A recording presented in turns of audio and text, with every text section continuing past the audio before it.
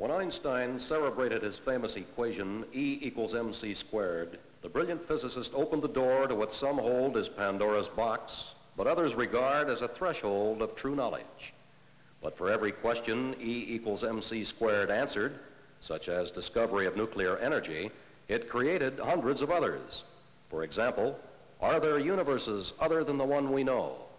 Wrestling with that problem is Dr. William J. Kaufman, director of Los Angeles Griffith Observatory. Yes, indeed, it's possible that other universes parallel to our own do indeed exist. Well, if we can accept the premise that they exist, do you believe it possible that man one day might be able to travel to such another universe?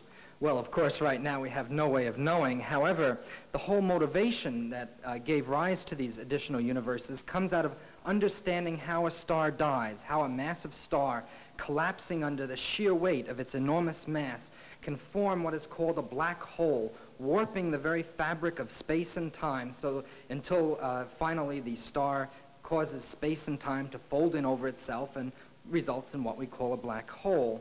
And in examining where the matter goes to and what exactly is the shape of space and time, we do find that indeed the hole can open up into a parallel second universe.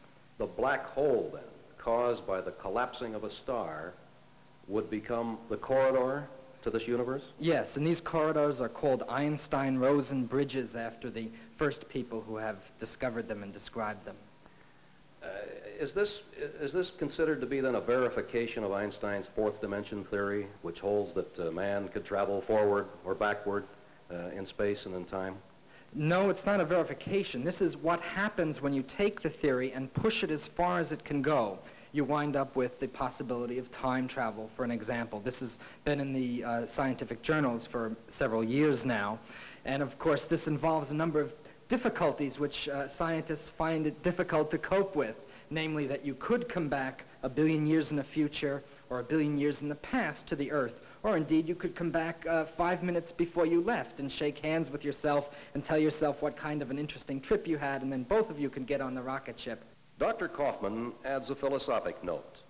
If we knew more about ourselves, he says, we would be able to discover and understand more about the nature of the universe. This is Pete Miller in Los Angeles.